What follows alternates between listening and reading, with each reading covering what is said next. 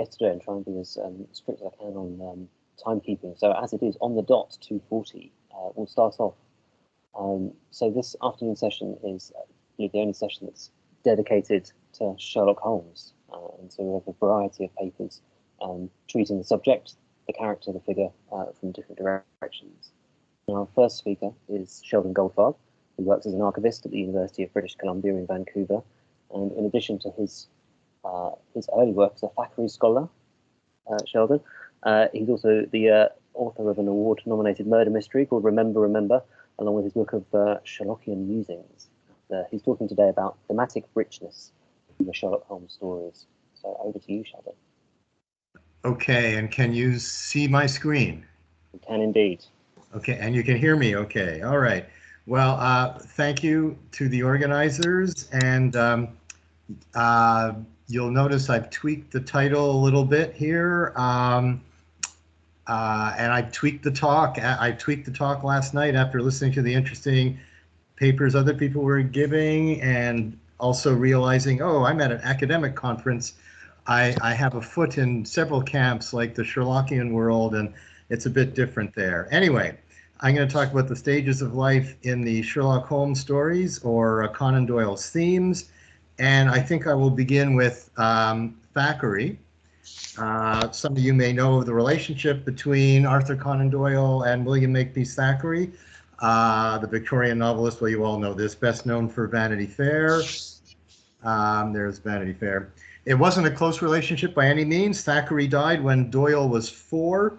But in his memoirs, Doyle records a memory of a visit from the aging Thackeray when Doyle sat on his knee.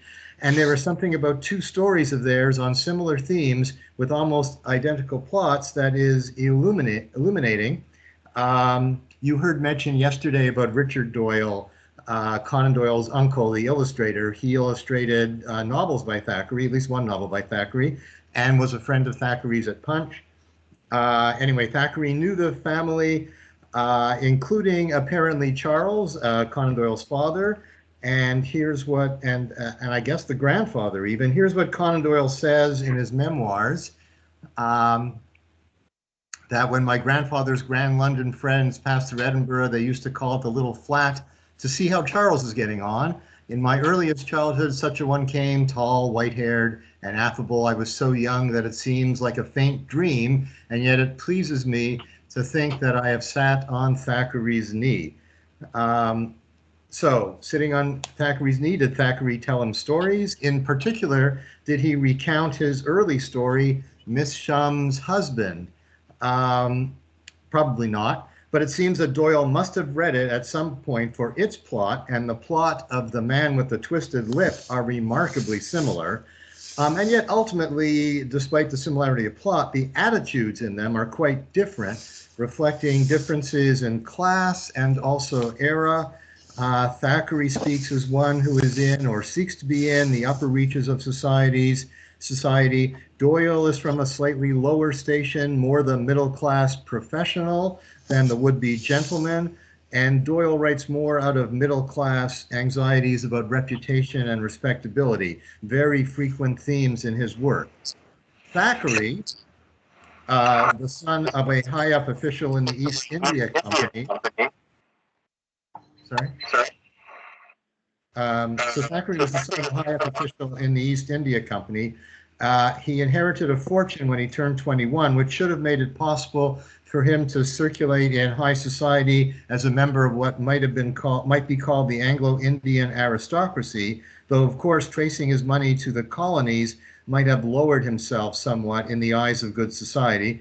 But soon there was no money to worry about because he squandered it all on gambling and bad investments. At this point, he had a family to support, so he had to scramble to find an income, and he turned to journalism and writing generally. This was taking a step down to go from being independently wealthy to having to work for a living, and to take up journalism, writing primarily for Fraser's magazine, was especially bad. For to write for the magazines was worse than being a crossing sweeper, or so Thomas Carlyle said.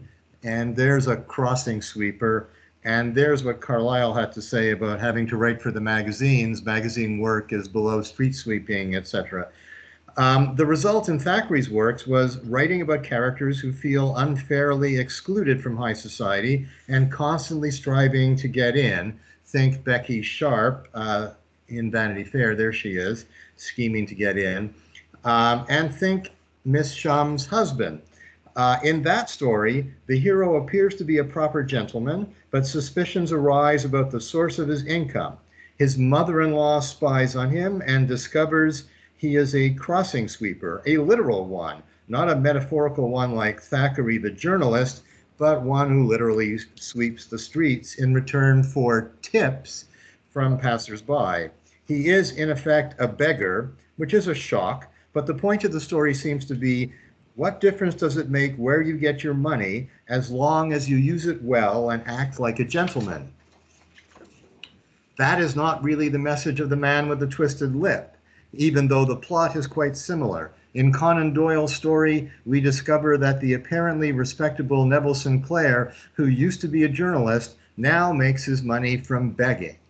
And there he is as a beggar.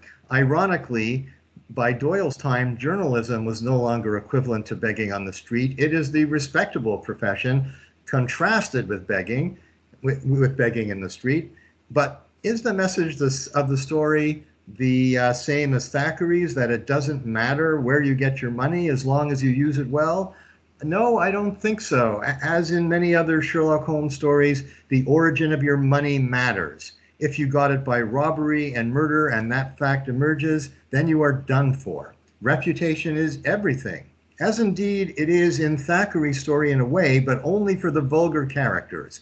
The mother-in-law is appalled, the hero's servant leaves his service, but the thrust of the story is to condemn those two characters and to support the notion that it doesn't matter where you get your money, but not so much in Twisted Lip, at least not on the surface. No more begging, says the police inspector, and Sherlock Holmes makes sure to clean up Neville Sinclair so he looks respectable again. There's a reputation to preserve. And it seems that Neville Sinclair will try to return to a life of respectability, giving up his time in the neighborhood of the opium den. We've been talking about opium dens just now. The opium den is a dangerous place to be in the story. It sucks in an acquaintance of Watson's and it basically destroys him. Still, isn't it an exciting life? Not perhaps in the den itself. That's not where Neville Sinclair plies his trade. The den seems to be there merely to titillate with danger. And there you see some danger playing on fears of the foreign other. That's the Lascar scoundrel frustrating Mrs. Neville Sinclair. It's a dangerous but an exciting life away from the boring predictability of late Victorian prosperity.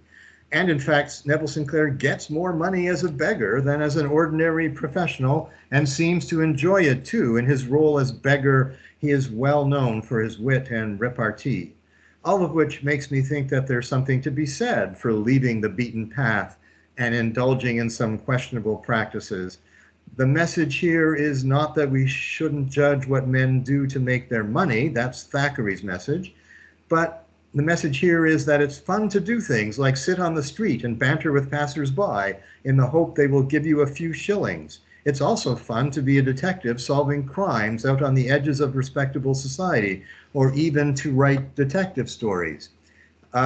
Stephen Knight, in his study of crime fiction, says Twisted Lip is a story about wrestling with career choices, reflecting Conan Doyle's own struggles between medicine, serious literature, and writing Sherlock Holmes stories for the popular press.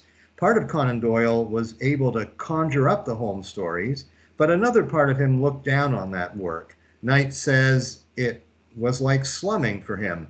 It was not what he wanted to be remembered for. And in Twisted Lip, he presents the problem, the good, respectable career that doesn't pay versus the disreputable one that does. And to make it worse, the disreputable one is more fun. I present all this mostly to show that what Conan Doyle is interested in at a certain stage of his career is the choice of life. Most naturally, when he himself was torn between different paths, he produced stories about what to do with one's life. Well, at least this one story, though there is another one, The Engineer's Thumb, which also touches on the issue. In that story, the hero is an engineer without clients who finally agrees to some work that seems almost trivial, though well paid, and the result is he loses his thumb. Is that what Doyle thought writing Sherlock Holmes would be? He too was a professional, an eye specialist without clients or patients, and he was tempted by the trivial work of writing detective stories. Would it cost him his thumb or perhaps his self-respect? Excuse me. Now, if young men have to choose a career in Doyle's day, young women have to choose a husband, at least according to the morals of the day. Doyle, as a young man, is interested in this young person's issue too. There's Mary Sutherland in A Case of Identity, so desperate for a fiancé that she latches on to her stepfather, unknowingly, of course, and then she loses him, and there she is looking for her fiancé. Then there are the two sisters who come to untimely ends thanks to their stepfather. Well, one of them does, and the other nearly suffers the same fate. This is in The Speckled Band, Doyle's favorite story, or so he said, the one with the impossible swamp adder, and there are the two sisters who both look for fiancés. And then there's Alice Rucastle in Copper Beeches, forcibly confined to keep her from her fiancé. What all these stories have in common is the difficulty of getting married or finding your fiancé, or more to the point, leaving one's childhood home. It's a bit similar even in The Beryl Coronet, where the two children are kept exceedingly close by their overprotective father. And there they are with their father. I'm drawing on stories from the first collection, The Adventures, written when Doyle was barely past 30 and still under the thumb of his mother. His mother even commanded him to keep writing Sherlock Holmes stories and gave him the plot for the Copper Beeches. And I see a sort of break after The Adventures. It's sort of something Jonathan was talking about yesterday, about you move on to the memoirs and you're somewhere else. And then it's even more so later in later collections. For instance, it's instructive to compare a later fiancé story, The Solitary Cyclist, when Doyle was well settled into his marriage. Well, not well settled at all, really. His first wife, Louisa, had fallen ill with tuberculosis, and he had met Jean Leckie, who was to become his second wife. The stories from this period at times conjure up adulterous or quasi-adulterous situations. And in The Solitary Cyclist, the problem is not a father or stepfather obstructing a young woman's search for a husband, but a young woman with altogether too many suitors. There are some of the suitors. Though she's pledged to someone else, to a fiance we never see, offstage, far away, not really a factor in the story, and yet still an attachment preventing other attachments. To my mind, this suggests Conan Doyle has moved on from his original theme of how to leave one's family of origin, how to find a career or a spouse, to the issues that face human beings later in their lives, including love triangles, marital conversations, and eventually old age. I will note that even in the very earliest Sherlock Holmes stories, before The Adventures, the two novellas, Study in Scarlet and The Sign of the Four, the early theme of how to begin one's life, one's adult life, is to the fore. Both of these stories are largely about Watson. They're different from the later Sherlock Holmes stories, I think, and part of the reason is that they're in large part about Watson. In the first one, Watson finds a career. I don't mean as a doctor, but as a writer, a publicist for Sherlock Holmes, who will devote his time to writing stories about the great detective. A closer parallel to Conan Doyle's life would be hard to find. In the second one, Watson finds a wife. I know there are all sorts of terrific adventures going on in the second story, The Sign of the Four, and references to Empire, but it all culminates in marriage to Mary Morstan. Conan Doyle plays Jane Austen and goes so far as to have Watson renounce adventures and detective work because he's going to settle down into his marriage, into domesticity. And this points up another theme throughout the Sherlock Holmes stories, the tension between respectability or domesticity and going on adventures. Adventures are all very well, but you're supposed to grow up and settle down. Go back to being Neville Sinclair. Stop being the beggar Hugh Boone. But the adventures are so much fun, or maybe they entertain too many people, so you can't give them up. You try to, you even kill Sherlock Holmes off, but you bring him back again. You have Watson marry, but you shunt his wife into the background and focus on Watson's time with his pal Sherlock. I've slid here between author and story, and I think they're connected. That really is the point of my talk, that the themes and issues of Doyle's own life, leaving home, finding a career, navigating married life, then later dealing with old age, are the themes you can see in the stories, or some of the themes. This discovery of mine that the themes in the stories change chronologically in line with developments in Conan Doyle's own life led me so far as at one point to begin thinking, here, at last, is the key to Doyle's success as a writer in the Sherlock Holmes stories. And this, in fact, is how I pitched this talk to the conference organizer. But I've realized the danger of discovery. I do believe there is an interesting parallel between Doyle's themes in his life, the issues of his life, and in broad terms, the issues are those of anyone's life, or I mean, I shouldn't be so universal, many people's lives, but to leap from that to saying that this evocation of important life events and transitions is the reason the Sherlock Holmes stories have endured, to suggest that therein lies their value and quality is, I now think, mistaken. I was thinking at first, aha, the key to all mythologies, but we know how that worked out. So I took a look back at The Red-Headed League and A Scandal in Bohemia, two of the best stories from the first collection, the collection that focuses on young people leaving home to make their way in the world. But these two stories are not about that. They're about other things like deception, appearance versus reality, the situation of women, or the fatuousness of the aristocracy. Also interesting themes, but anyway, is it really the themes that make the story? Maybe it's something else. The construction, the narrative style, the Holmes and Watson relationship. There's something there. Holmes and Watson, the interesting interactions, the repartee, the genius and the everyman. But you have that in the Mazarin Stone, and it all falls flat there. Why? That story is notable as being one of the few not narrated by Watson. Watson is there, but just as a character. Reminds me of the film and TV adaptations, which I know some people love, but still they're missing Watson's narrating voice. When they work at all, as in TV's Elementary, they're completely different, not a rehash of the stories with the narrator left out. The narrator, the narrative voice is key, I think, but it is also interesting as a matter of academic study to examine what is going on thematically in the story and to realize what it is to a certain extent an account not just of crimes and puzzles, but of the stages of life. And here, Nils talked on this yesterday, saying you have to distinguish between the case and the story, between the puzzle and the theme, you might say. So I can briefly point to some of the other themes in the later stories.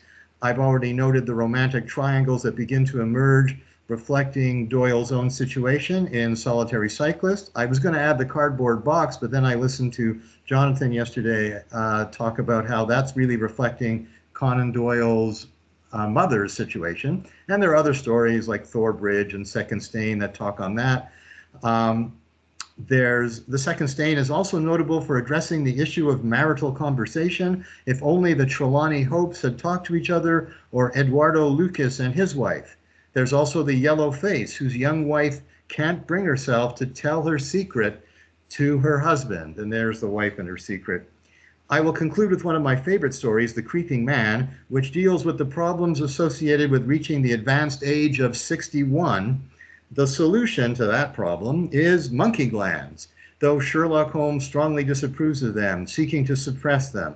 Not the first time Holmes seems out of step with his own story. We saw it before in Twisted Lip, where he is all for returning to respectability, even though the story itself and Holmes's whole detective career seems an escape from respectability. Doyle likes to raise questions like this. He doesn't always answer them.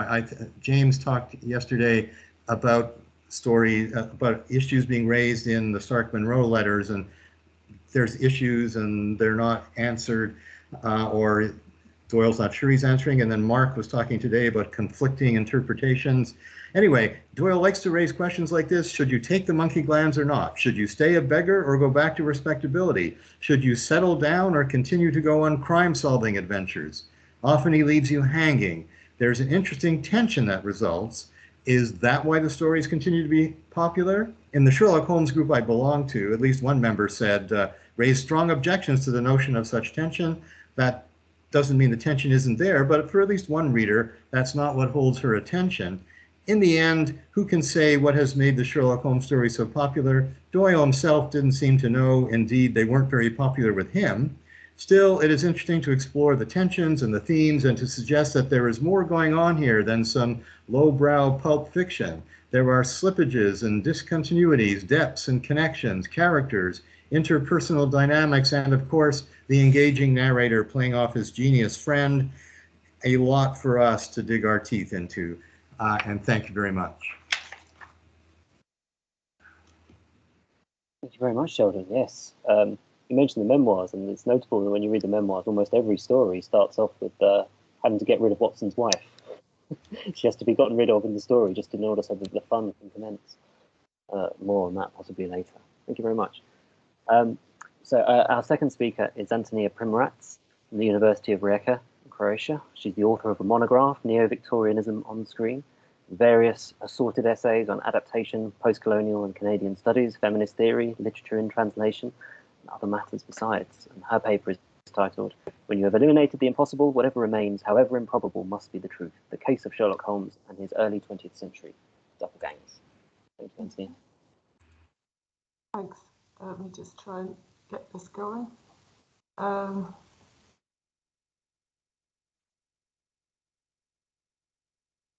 Can you hear me? Oh, yes, we can hear you fine. Excellent. All right.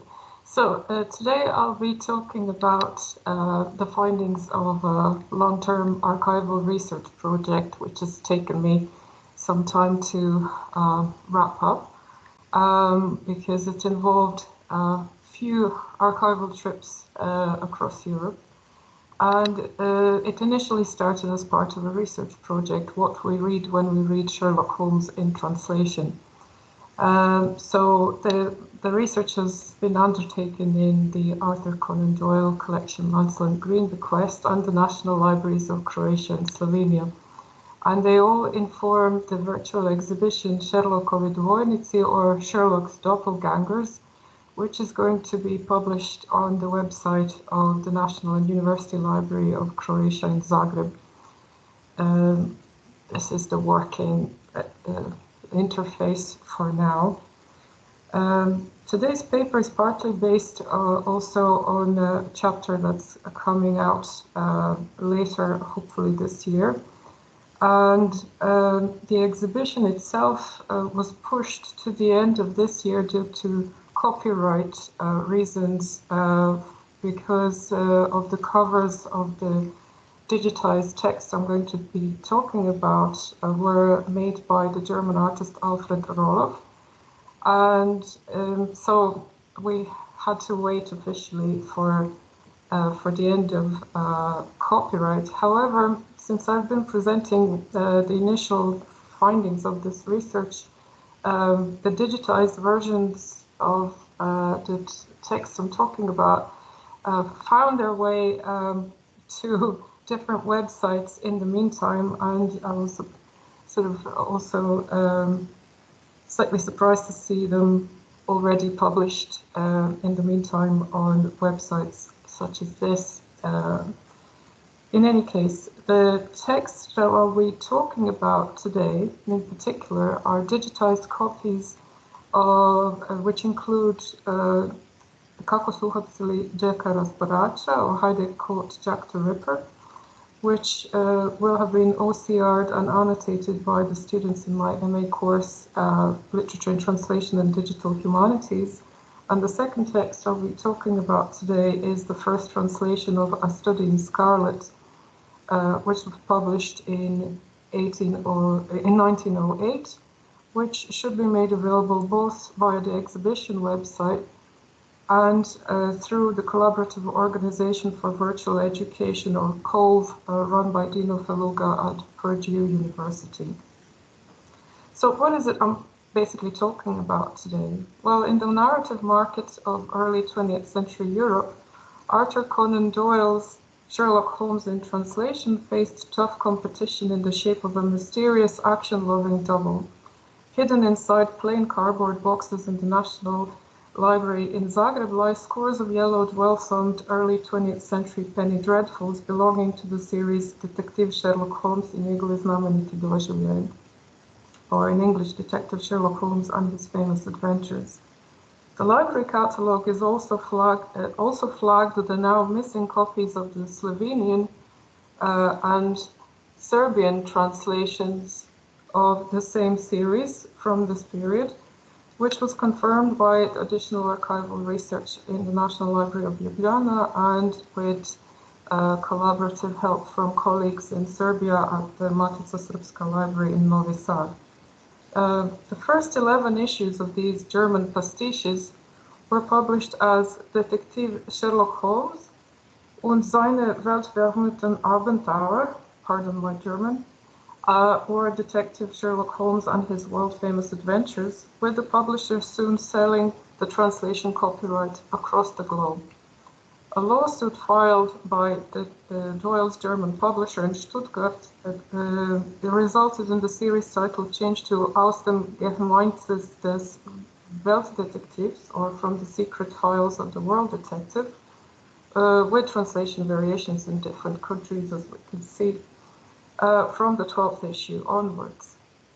Now, outside of Germany, these translations of Sherlock Holmes' sensational action-packed adventures were published in locations where news of these court proceedings had not penetrated, often in the same format and series as translations of Doyle's actual works, as is evident from the surviving Croatian titles, where we find the translations of A Study in Scarlet and The Sign of Four nestled among the pastiches in the same series. This probably helped obscure the story's provenance and delayed the discovery of fraud, helping disseminate the adventures of Sherlock Holmes's doppelganger as Doyle's work as far as Argentina, as the examination of the contents of the Arthur Conan Doyle collection, Lancel and Green Bequest, has proven, where located a hardbound Spanish translation of 3 stories from the series published in Buenos Aires in 1911 as Casos Secretos de Sherlock Holmes. The story of Detective Sherlock Holmes and seine weltberühmten Abenteuer is more than just a story about unscrupulous publishers meeting demand for the globally popular Sherlock Holmes stories. This peculiarly successful pastiche also offers itself, first of all, as an ideal case study of transnational literary dissemination through translation. If we trace the many different translations of the series, Danish, Swedish, Norwegian, Polish, Croatian, Slovenian, Serbian, Portuguese, French, and Spanish-Argentinian editions have been located thus far, we are faced with a map of a very broad sphere of influence that this German publisher of popular literature, and by extension German editors, had in the early 20th century. Moreover, the sheer scale of the translation's geographical spread in a relatively short period, there were Croatian, Serbian, Slovenian, Portuguese, and Argentinian editions published between 1907 and 1911, almost immediately after the German ones. All of this confirms the proposition put forward by Louise Nilsson, David Damrosch, and Theo de Haen in the introduction to their edited collection Crime Fiction as World Literature. But crime fiction is a world literature genre par excellence because of its global outreach via translation, and because it, quote, fully illustrates what Marx and Engels enticingly describe as world literature's intercourse in every direction, end of quote.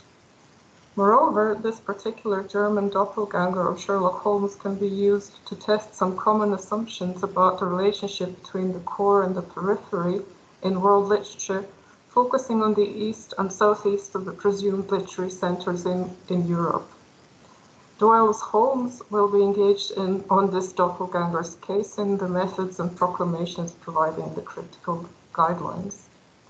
In his Atlas of the European Novel, Franco Moretti posited London and Paris as the key European centers for the creation and dispersion of the novel, and its subgenres across the European narrative markets by analyzing maps created with the help of available catalogues and bibliographies.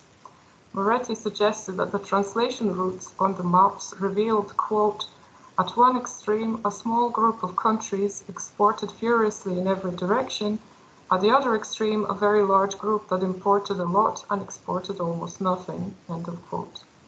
This led to his conclusion about 2 or 3 Europes, with France and Britain always at its core, most other countries always in the periphery, and in between a variable group that changes from case to case, end of quote. In subsequent work that championed the application of quantitative literary analysis, Moretti suggested that comparative literature failed its early promises of studying world literature and proposed instead a formalist approach united with Wallerstein's world systems theory, where literature was substituted for capitalism. The stress here was to be on the examination of unequal relationships in the literary world systems, where the cultural and linguistic power of the core dictated trends in the peripheries. Moretti also provocatively proposed the method of distant reading, a quantitative analysis of large amounts of digitized literary works that included the forgotten and now unread contemporaries of works that would come to constitute the canon. Here distance becomes, quote, "a condition of knowledge. It allows you to focus on units that are much smaller or much larger than the text, devices, themes, tropes, or genres and systems," end of quote. Such an approach to the study of literature became possible due to advances in technology and improved computational methods, but was quickly misunderstood as an attempt to supplant close reading and other traditional critical approaches. Yet the real problem of distant reading lies not in technological optimism, or as Ted Underwood astutely put it, the conflation of new interpretative methods with new technologies, but in the limitations of the digital archives available for analysis. In the first of Arthur Conan Doyle's short stories featuring the famously rational detective, Sherlock Holmes pronounces, "It is a capital mistake to theorize before one has data. Insensibly one begins to twist facts to suit theories instead of theories to suit facts." Large-scale digitized literary data is still relatively scarce in Southeast and East Europe, primarily due to different but persisting funding issues related to digitization projects and digital humanities in general. On top of that, since research of this kind largely depends on metadata provided by library catalogues, it is as relevant as the metadata which, as the case of these Sherlock Holmes translated doppelgangers shows, can be very unreliable. It is therefore no surprise it was also scarce in Moretti's maps tracing translations of English and French novels in 19th century Europe. In his atlas, Moretti used only data from Hungary and Romania for the whole region southeast of German-speaking Europe, alongside a handful of other countries with, quote, "reasonably good bibliographies." However, even the data on Romania was incomplete thanks to the fact that the available national bibliography stopped at R.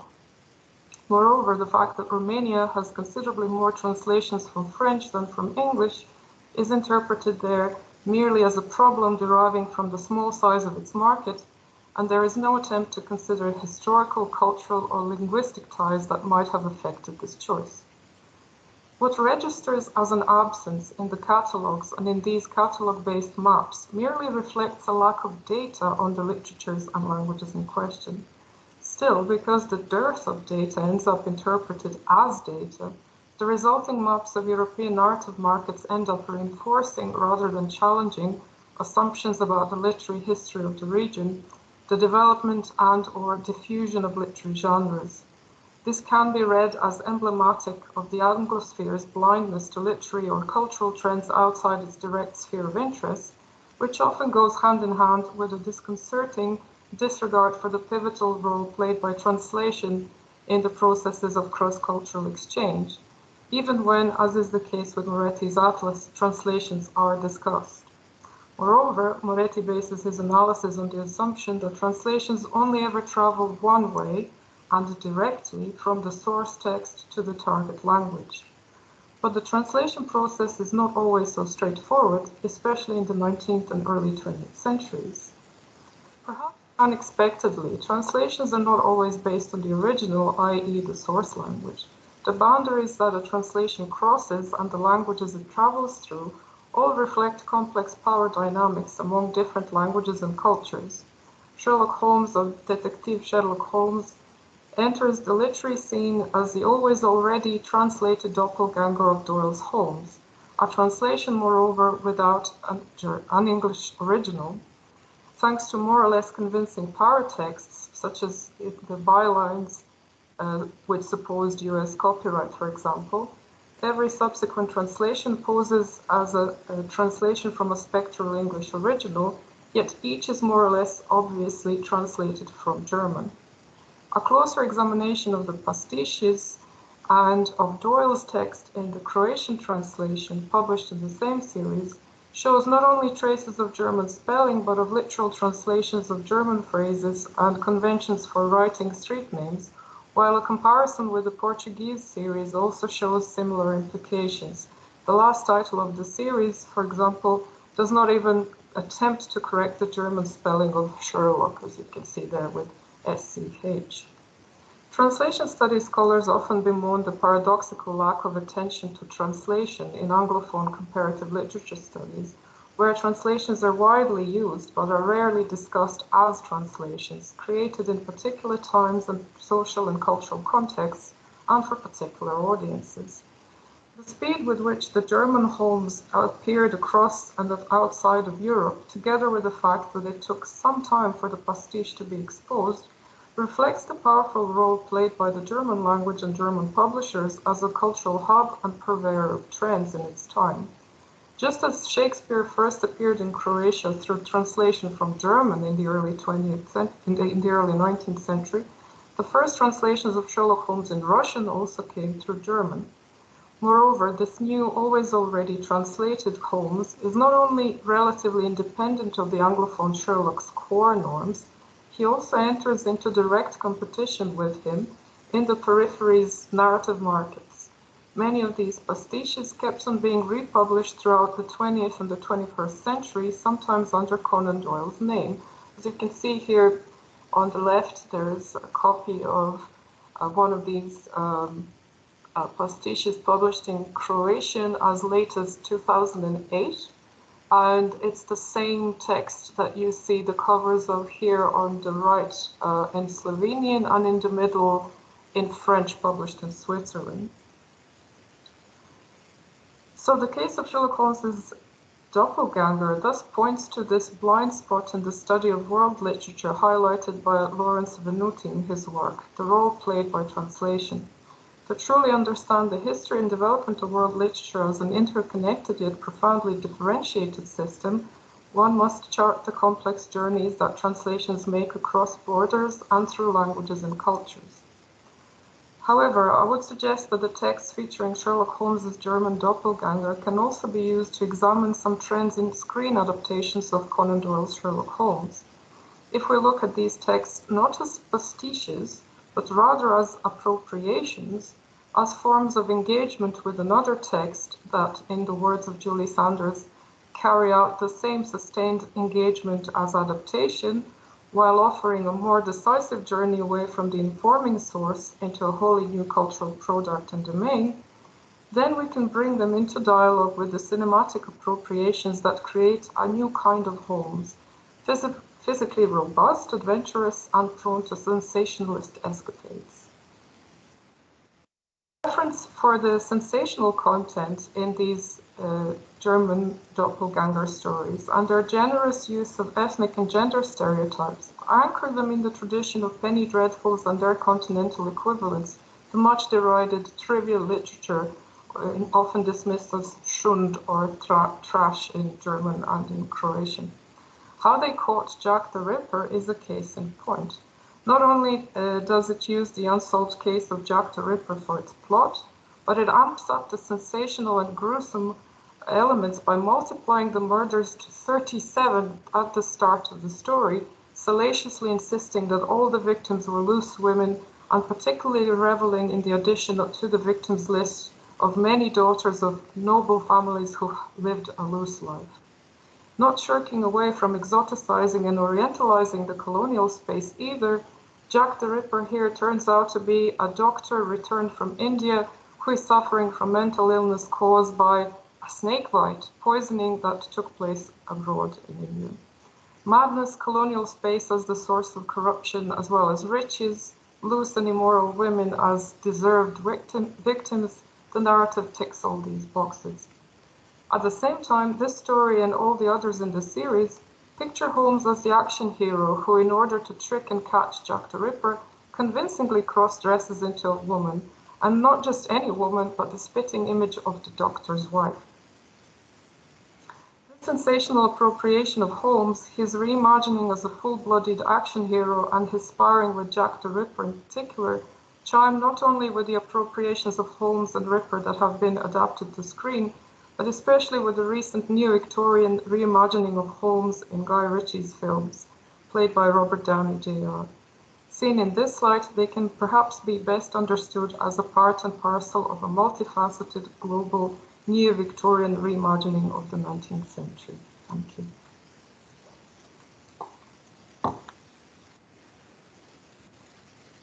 Thank you very much for that, Antonia. That's fascinating. I've got tons of questions I'd like to ask, but I'll have to wait until the end to follow up on some of those threads. Thanks very much. Move on to our final speaker. And by the way, if anyone doesn't have any questions, feel free to whack them into the chat as they occur to you, and then you can always follow up at the end. Our final speaker is Saverio Tomaiolo from Cassino University in Italy. Saverio has published books on various subjects, including Victorian and neo-Victorian fiction, including Victorian unfinished novels, and his latest is Deviance in Neo-Victorian Culture, Transgression, Canon, Innovation. And his paper today is titled Detecting the Disease, the Sherlock Holmes Paradigm. Thank you. Can you see my screen? We can perfectly. Okay, so I'll start. Okay, so the history of medicine and medical research is based on clinical investigations and detections. In this view, the majority of crimes may be attributed to genetic issues, bacteria and viruses, and the number of victims may range from a few individuals to millions of people, as in the case of the COVID-19 pandemic. Teams of scientists collecting information and data in their case studies have been often compared to the detectives of the past, with the sole difference being that their computers, technological devices, and modern laboratories have replaced fingerprints, magnifying glasses, and gaslit Victorian hospitals. Therefore, it does not come as a surprise that epidemiologists and medical researchers in their studies on SARS-CoV-2 have attempted, in the detection of its origin, to trace back the trail of contagion by using Sherlock Holmes as a model. In an article entitled Fighting COVID-19, Everyone Needs to Be Their Own Sherlock Holmes, Dominic Meagher mentions, quote, the lesson from Wuhan in China, the town in which the COVID-19 pandemic has originated. In Meagher's words, quote, doctors there talk about an army of Sherlock Holmeses hunting for clues about where the virus has been.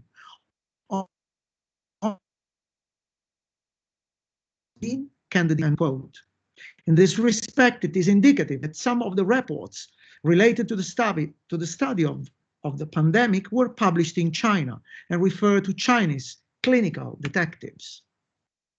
An anonymous online article published in China Daily Com on 7 July 2020 describes a Chinese epidemiological investigator named Li Ruoxi working in the Fengtai District Center for Disease Control and Prevention, who admits, quote, we are the Sherlock Holmes tracing the virus, end quote. In this, as well as in other cases, Chinese epidemiological detectives have used a well-known cultural icon, such as Sherlock Holmes, as a means to show that, notwithstanding its origin in China, this infection has a worldwide relevance related to our way of living, based it is on contacts. Introduced by Conan Doyle in many of Holmes' stories, what may be defined as the Sherlock Holmes contagion paradigm indicates that the detective's investigations lead to the awareness that, despite appearances, infections are not necessarily caused by an outer and non-British source, but are often connected to the center of the British Empire, namely to London as an epitome of Western civilization, The same paradigm has also been adopted and updated in a series of neo-Victorian texts, from David Stuart Davies' pseudo-Holmesian Sherlock Holmes, The Shadow of the Rat, to Tom Holland's Supping with Panthers, to George Mann's steampunk fantasy, The Affinity Bridge. At the end of the 19th century, when Britain was facing difficulties in managing a huge worldwide empire, the creation of rational and scientific detectives, such as Sherlock Holmes, seemed to reassure readers and citizens of the possibility to contain and control contagious invasions, presumably coming from abroad, and to stop their circulation. One of the most famous passages in A Study in Scarlet sets London as the focus of attraction for all sorts of criminal acts. In this labyrinthine metropolis, Dr. John Watson is in search of a stable identity as an individual, quote, with neither kith nor kin in England, end quote. As he confesses, quote, under such circumstances, I naturally gravitated to London, that great cesspool into which all the loungers and idlers of the empire are irresistibly drained, end quote.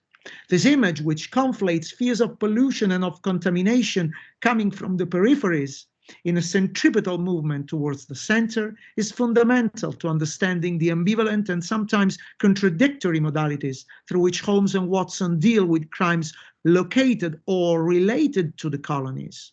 Conan Doyle's works are replete with references to dangerous infections and diseases coming from the outposts of empire, which, however, are finally located in London or in England. From The Adventure of the Speckled Band to The Adventure of the Yellow Face, which dramatizes in explicit terms a case of interracial contamination, and The Adventure of the Devil's Foot. In The Adventure of the Dying Detective, Holmes is apparently dying from a disease originating in the Eastern colonies, which he probably caught from Chinese sailors during one of his investigations. Refusing to be treated either by Watson or by experts on tropical diseases, Holmes instead sends Watson to look for Calverton Smith, who owns a plantation in Sumatra and possesses precious information on what Holmes calls the Tapanuli fever, also known as the Black Formosa corruption. At the end of The Adventure of the Dying Detective, readers discover that Holmes feigned his illness in order to disclose Calverton Smith's plan to poison the detective after having killed his nephew, Victor, with a deadly disease. As this short story demonstrates, the contact with other cultures underlies real or fictional narratives of detective contagions, although, as the recent pandemic is demonstrating, things are more nuanced. The protagonists of these contagion narratives, whether they are Victorian investigators or contemporary medical researchers, have to deal with questions arising from the awareness that the circulation of people and economic exchange is unavoidable in post-colonial societies. Furthermore, although the sources of crime in the Holmesian canon are usually located outside the margins of empire, those who profit from it are apparently respectable British citizens. There is therefore an inherent paradox at the heart of the Sherlock Holmes contagion paradigm, which many neo-Victorians have reproposed. At the heart of this paradox lies a contradiction between the image of Victorian Britain as a morally, politically, and physically healthy national body and its role in alimenting contagion and disease. Neo-Victorian epidemic narratives featuring Sherlock Holmes or detectives evidently inspired by him raise important questions related to the presence of infections stemming from a distinctively alien source. David Stuart Davies' The Shadow of the Rat is set in London in 1895 and includes many characters readers are familiar with, such as Inspector Lestrade and Mycroft Holmes. As at the beginning of The Shadow of the Rat, Inspector Lestrade shows Holmes and Watson a body found in the Thames with signs of the bubonic plague, as you can see here on the screen. This gruesome image of a contaminated body anticipates the central theme of the narration and, metaphorically speaking, of many stories penned by Doyle, the fear of bodily and moral infection carried from afar. In the course of their investigations, Holmes and Watson, in The Shadow of the Rat, visit the Bridge of Dreams Club, managed by an American black man named Josiah Barton, where ratting, that is the fight between rats and dogs, is the major attraction. Here they notice a gigantic species of rats imported from Sumatra. Later on, during his search for Holmes, who has mysteriously disappeared, Watson finds the giant rat of Sumatra on board the cargo vessel Matilda Briggs.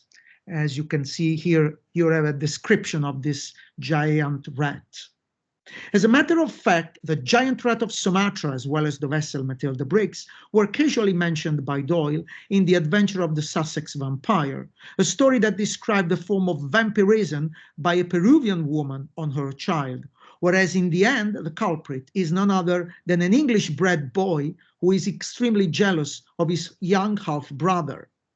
Coming back to Davies' novel, the image of this gigantic rat is another allusion to the dangerous nature of aliens coming from the farthest outposts of Empire, and at the same time reminds readers of science fiction and horror texts depicting genetically modified creatures. With the help of the famous hypnotist Salvini, Watson is finally reunited with Holmes, who fell under the mental control of Hungarian Baroness Musca Dubéic, and they both succeed in overcoming the plot to blackmail the British government. Baroness Dubéic's plan is to spread the bubonic plague of Lower London by breeding giant rats as the carriers of the deadly bacillus. By using contamination as a major constituent in its plot, The Shadow of the Rat is an example of epidemic narrative retrospectively projected onto a late Victorian context. Moreover, the Baroness has also performed genetic experiments with the help and support of the English doctor Simon Constwell, proving that in line with the Sherlock Holmes neo-Victorian contagion paradigm, the contaminating intrusion of outsiders, identified here by mutant rats from Sumatra and by a Hungarian Baroness, is backed up by representatives of British medical institutions, such as Dr. Constwell in this case. Davies' novel addresses contemporary concerns related to the imported bioterrorism and genetic engineering, rewriting and rereading the Holmesian canon through a neo-Victorian lens, and replicates the paradoxes of much late 19th century imperial fiction. In this respect, contamination narratives such as The Shadow of the Rat seem intent on underlining the radical precariousness of existence, which the British Empire works hard to repress.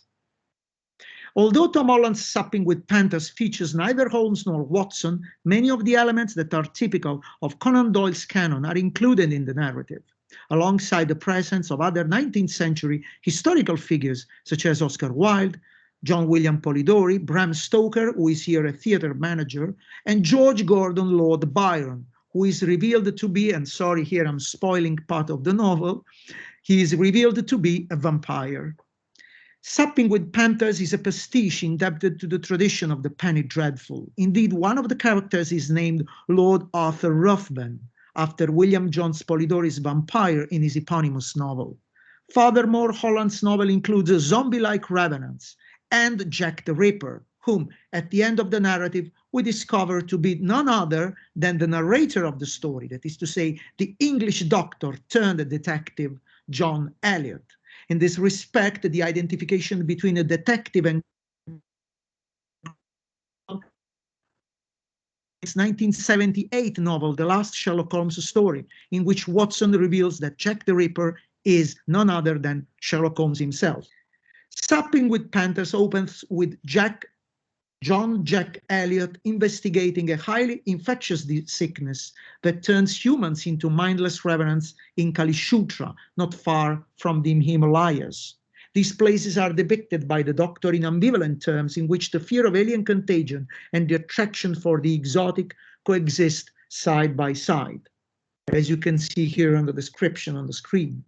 When Dr. Eliot comes back to his residence and the laboratory in Whitechapel, he is still haunted by the horrors and by the gruesome pagan rituals he witnessed in India, and which has started to take place in the metropolis as well.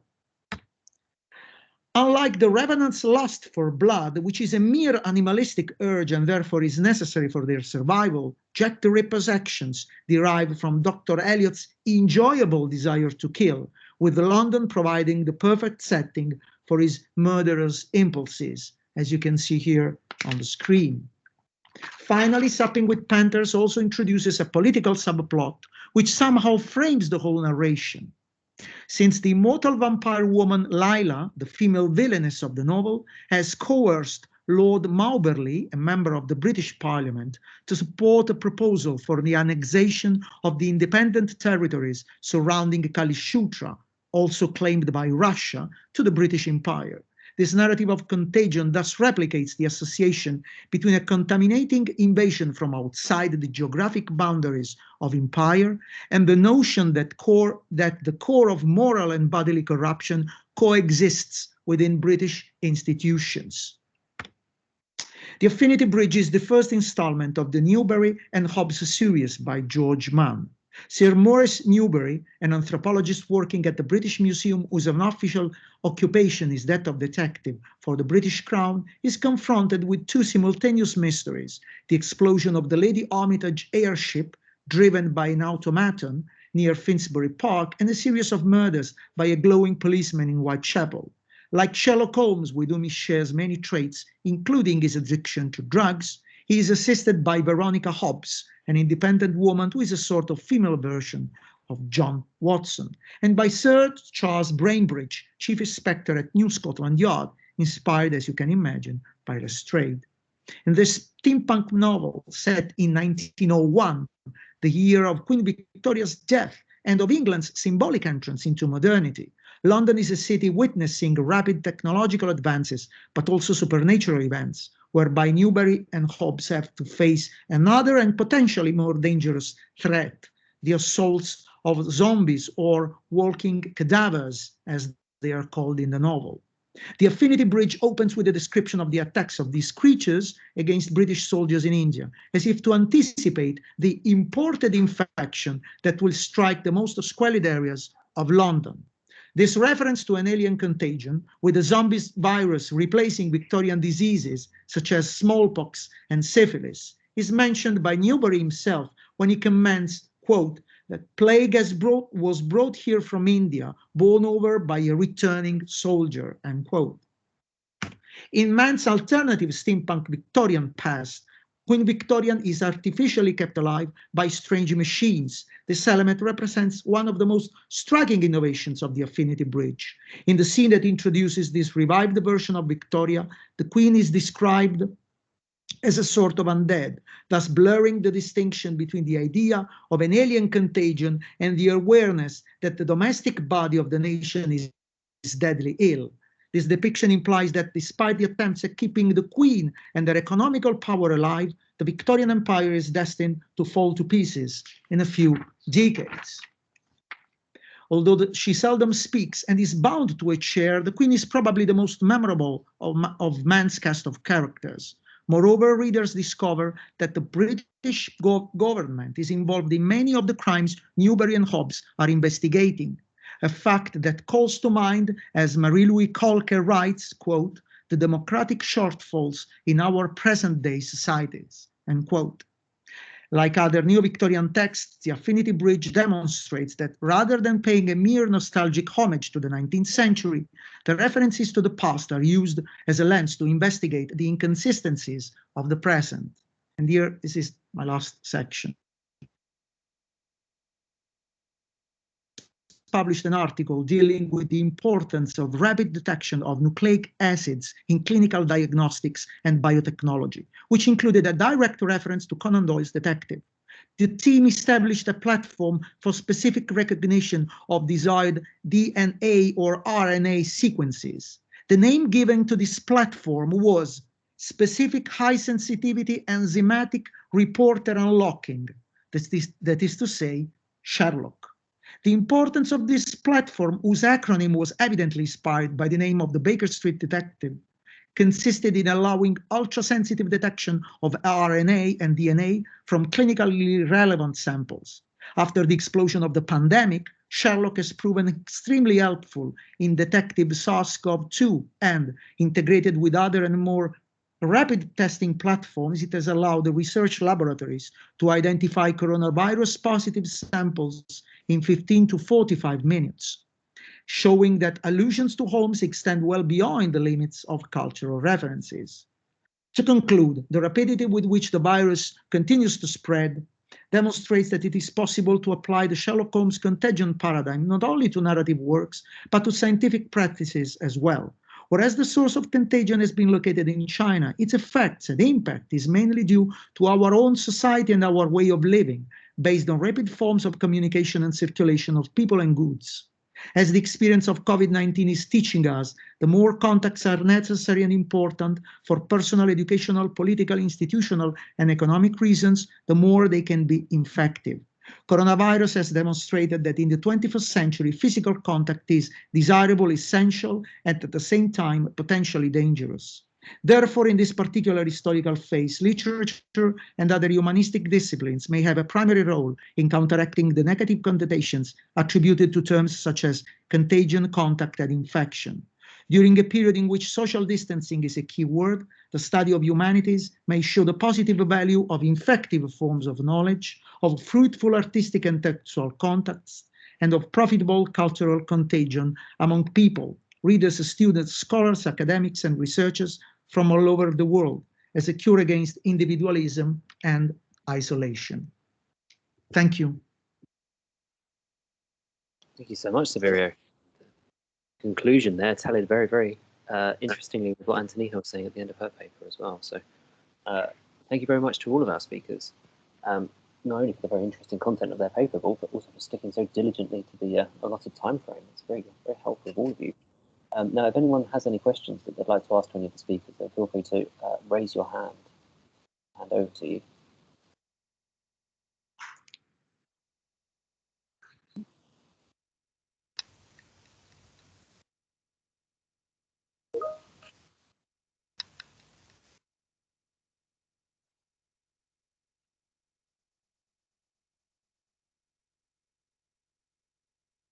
Yeah, I can see Douglas's hand there. Sorry, Douglas, my windows got very confused there. So by all means. Oh. Thank you very much, all three. Fascinating panel. My question is for Saverio. I haven't quite got it formulated yet, but it's something like this.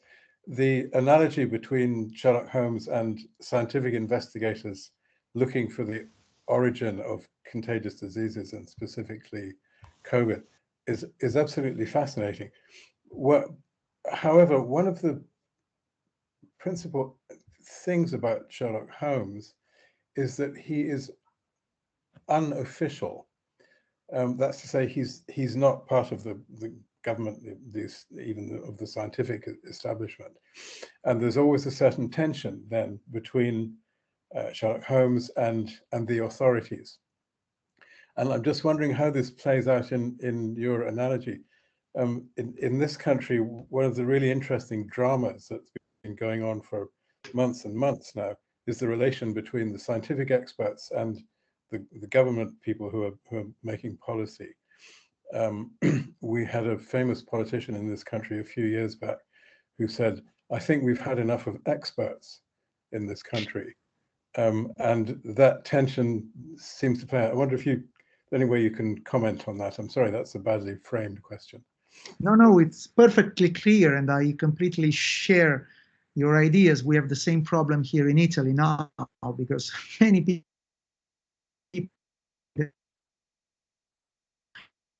experts on coronavirus. Well, the question is that Holmes is referred to as an example by epidemiologists in order to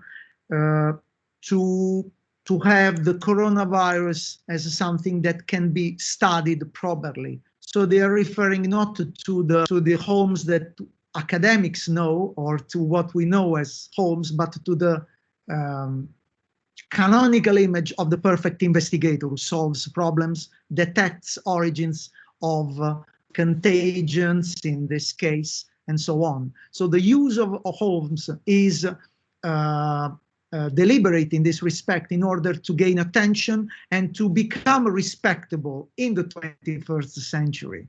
Of course, this is very different from the contrasted attitude that Victorians had towards private detectives and towards Sherlock Holmes as well. So I agree with you. But we need to read Sherlock Holmes as 21st century readers, in the sense of people trying to face this issue.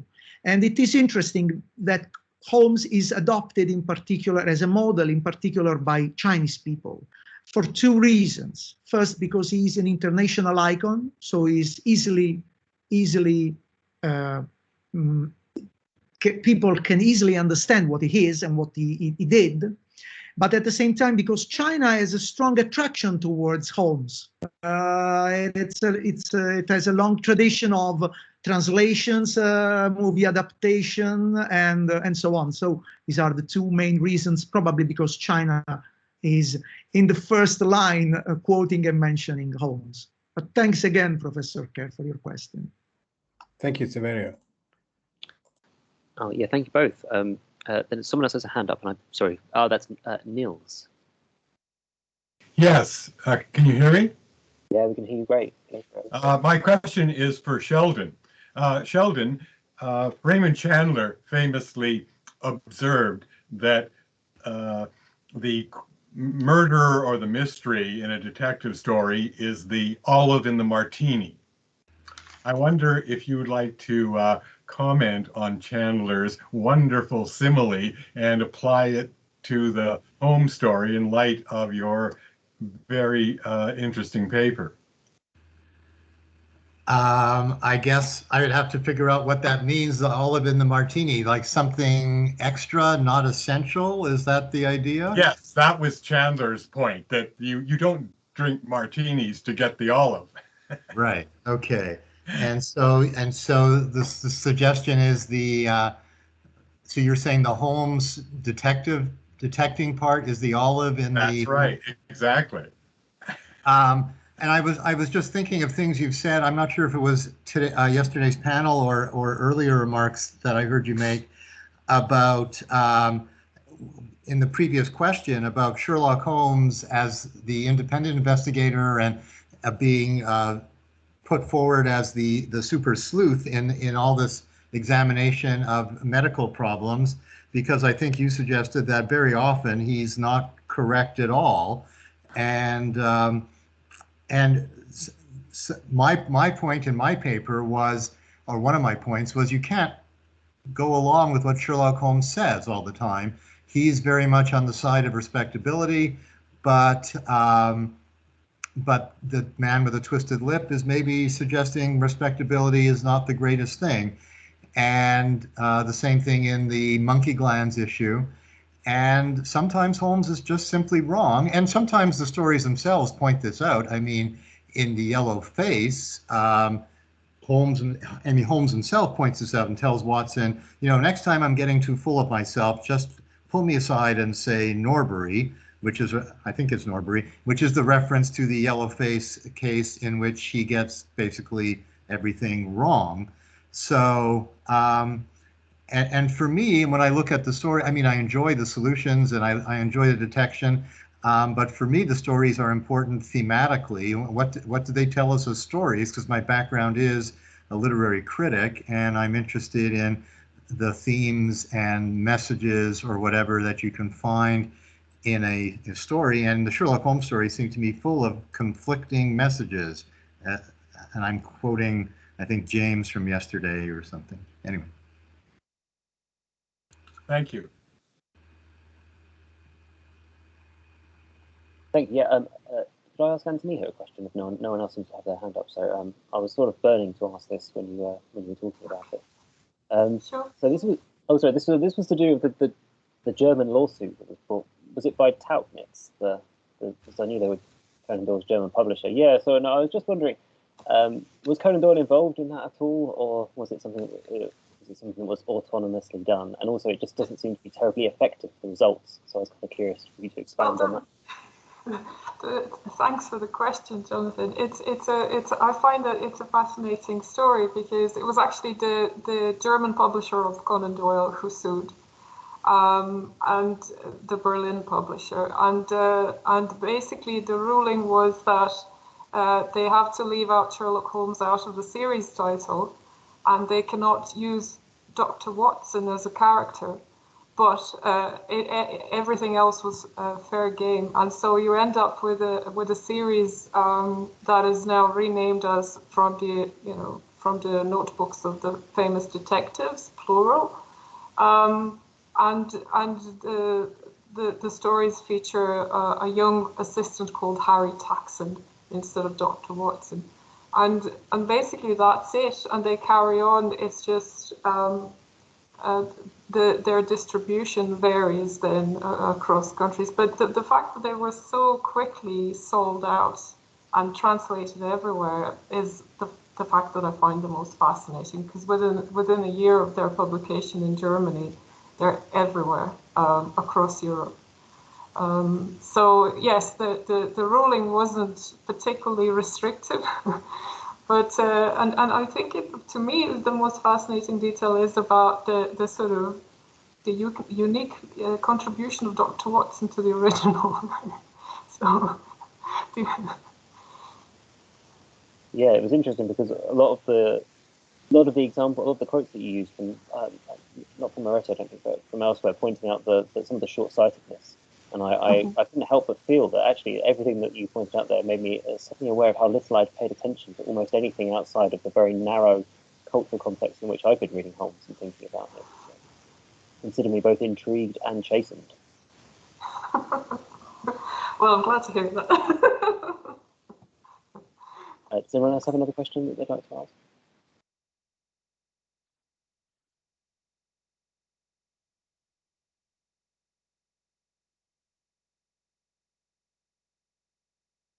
I have a comment in the chat, Severia, that says you have just made the best argument I've ever heard for reading Sherlockian pastiche. So that's not a question, but that's the best kind of. This is a comment, not a question, of that particular genre. Okay, last call, I guess. Then speak now or forever hold your peace. And we shall have a slightly longer break. Okay, guys. So as I understand it, there'll be a short break now, and then the session will resume at 4:10. So I just, on behalf of everyone, if I could just say thank you very much to our three speakers for speaking so interestingly and in beautiful crisp. Together tremendously. So thank you guys very much. Thanks to you, James. Thanks, Jonathan. See you later. See you guys shortly. Thank you all. See you later. 10 past 4 GMT.